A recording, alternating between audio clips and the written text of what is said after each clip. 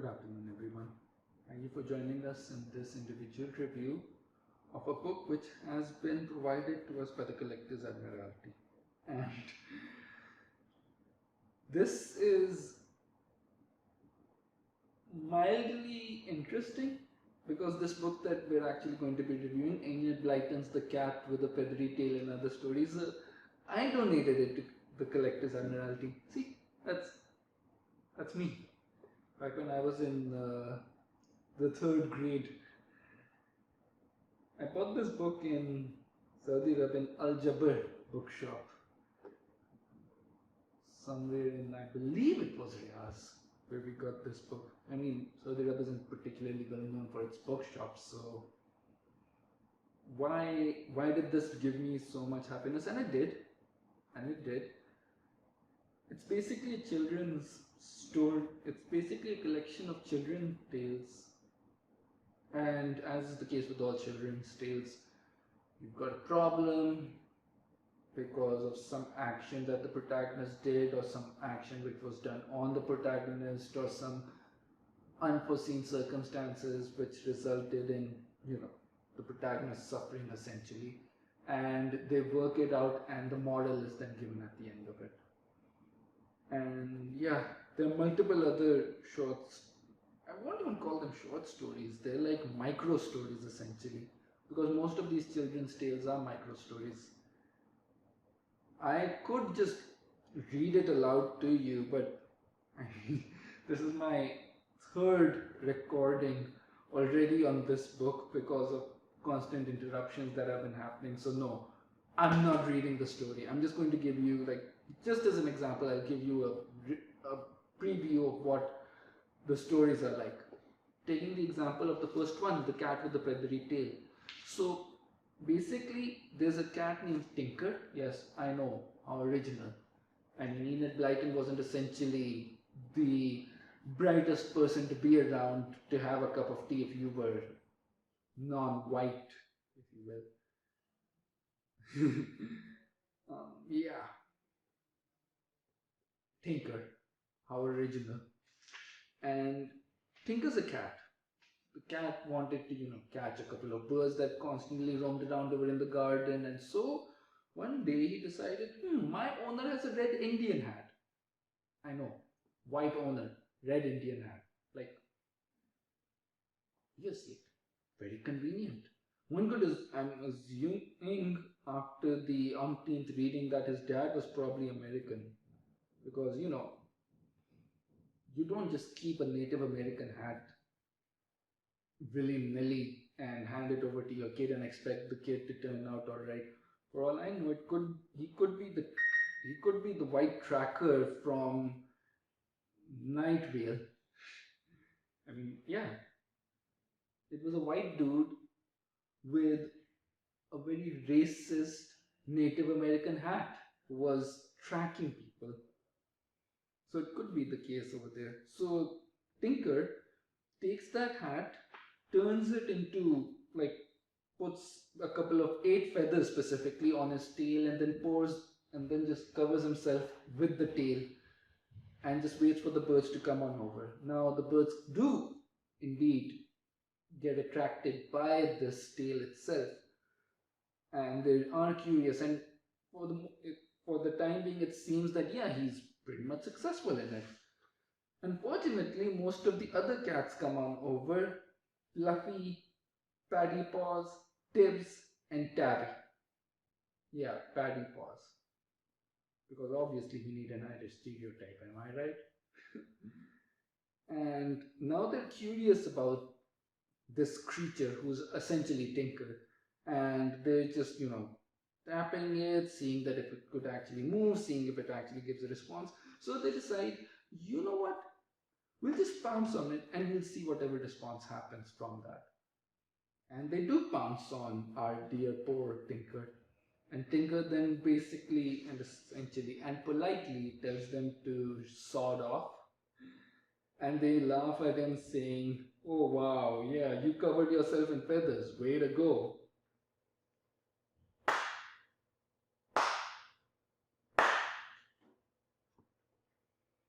And then they just leave him be, And yeah, Tinker doesn't get the birds, obviously. And his owner, the boy, really loses his temper at him taking the feathers from his red Indian hat. And there's a bit of, animal violence that takes place, and Tinker simply decides never to go after birds again. Yeah, pretty much.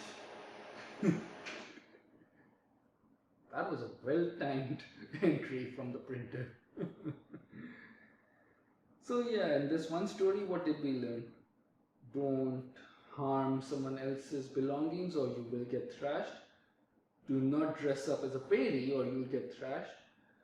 Do not act stupid if you want to catch birds. And if you do want to catch birds, perhaps some sort of hat camouflage might be in order. Insert Blackadder reference over here. Yeah, that's just one of the stories in it. There's a bit of good luck. So grandma has lost her watch. Her granddaughter finds a four-leaf clover. Coincidentally, when she finds the four-leaf clover, she finds Granny's watch. She hands it over to Granny. Granny appreciates the gesture. She offers the watch to her kid, but the kid instead offers a four-leaf clover to her such that she gets some good luck. So next time, yeah, the lesson in this is essentially, next time, take the watch. I mean, your four-leaf clover is gonna die. It's going to rot away. It's a goddamn leaf. And then there's Polly's P's and Q's, which was quite dark. Like casually dark. So essentially what happens is that there's a girl named Polly. She always tended to have an issue with her P's and Q's. And what kind of issue did she have? Have you ever heard anyone say to a boy or girl, now just mind your P's and Q's? Well, Polly was a little girl who didn't mind hers. She was always forgetting her please and thank yous. The P's are the pleases, you see, and the Q's are the thank yous. If you say thank you, you will hear the Q at the end.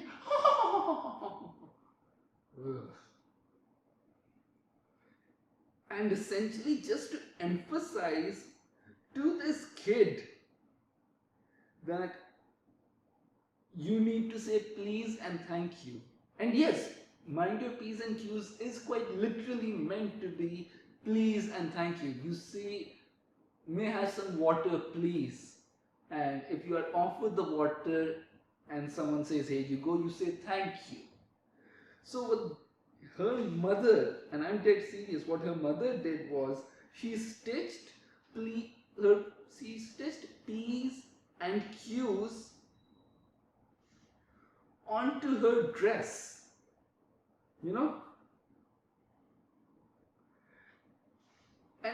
and she just goes out to meet up with a couple of her friends, and her friends mock her for wearing a dress which has P's and Q's in it, and just through essentially negative reinforcement, she has to remove all her P's and Q's just to learn her lesson.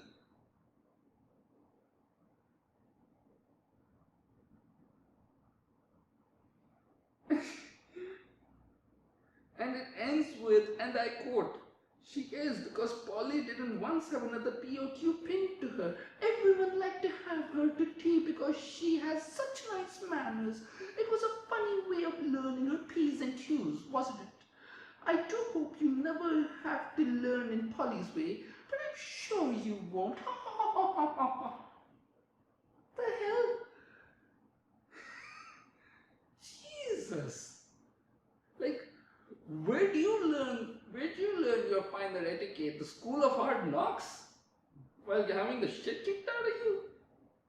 Yeah, I mean, this is me looking at it from a very postmodern lens. Like, very, very independent of the time when Enid Blyton actually wrote it. In fact, most of these stories were copyrighted in 1946, which means that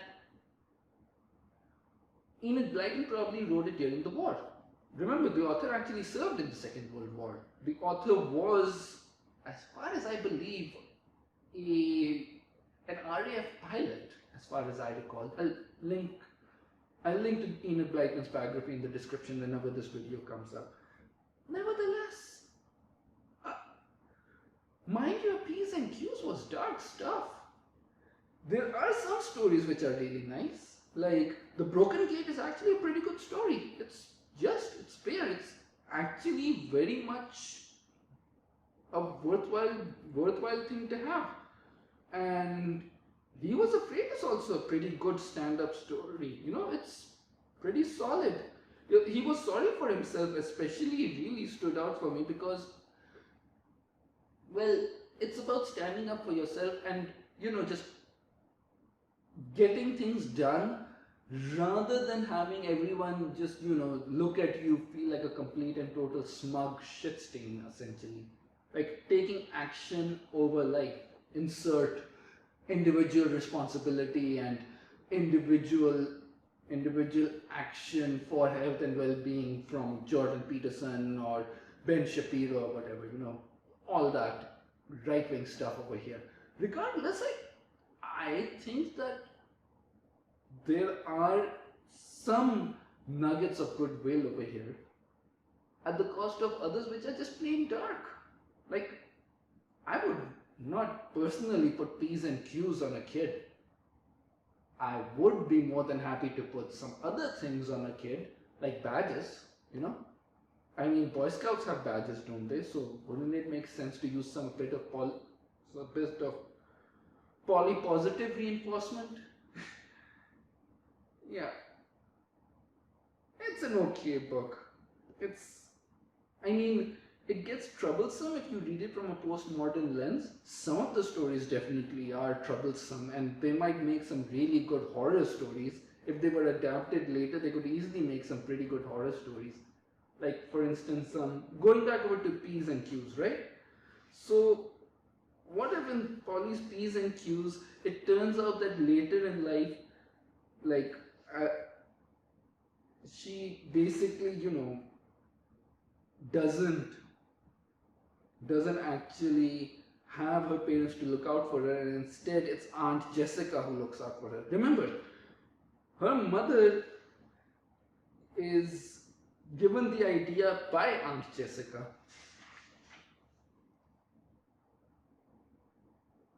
Like,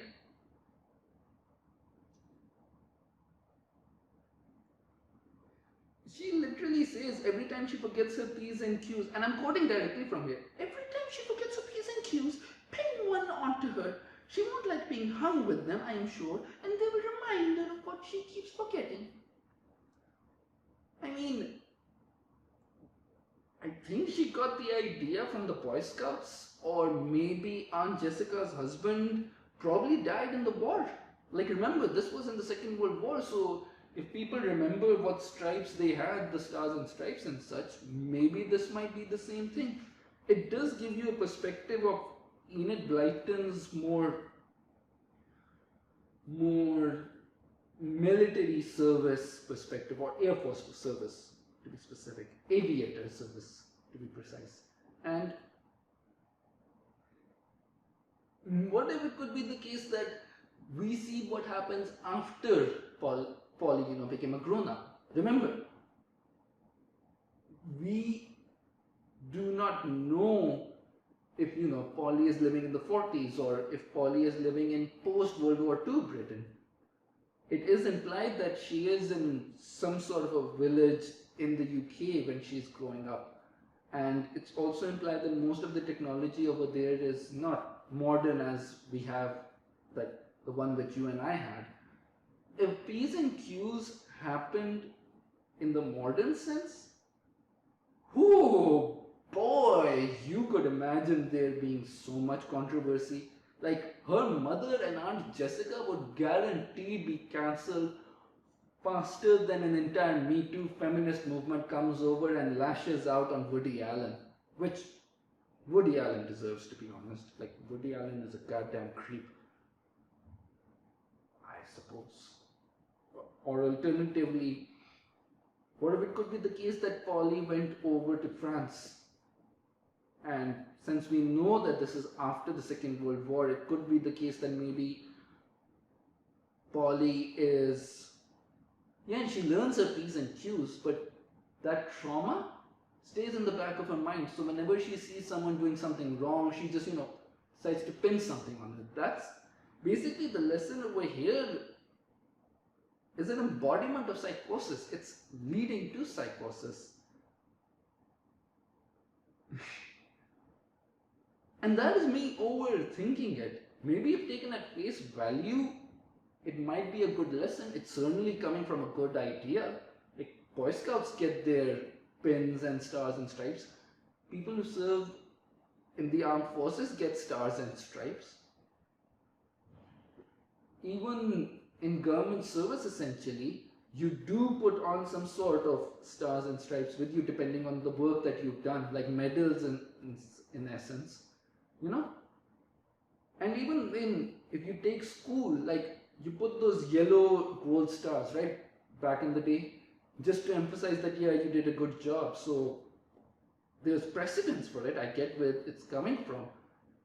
But on your dress, just to be taunted and just to have negative feedback tossed in order to learn your P's and Q's, it isn't necessary to, say please and thank you all the time. It's good etiquette, but some people just are blunt. I mean, you should accept the kid for what the kid is. At most, it makes sense that you at the very least, guide your children on what are absolute taboos or what are absolutely unacceptable actions. Like, you can't just pick up a gun and shoot someone in cold blood, or you can't just judge a person on their skin. Like, you can judge them on their beliefs, you can judge them on their character. Hell, you are welcome to basically use physical force in a game setting, which rugby is literally that. It's justified use of physical force to get a goal. I mean, boxing is essentially just justified physical force to knock the other person out. So it's important to emphasize these clear demarcations, because this is just, you don't improve on that person's behavior. Holy shit, I never knew this book would actually bring about this whole trigger response. My apologies, ladies and gentlemen. Even then, if you can get a copy, like if you can get one of these awards books, or these award publication limited, do give them a read, the good stuff. So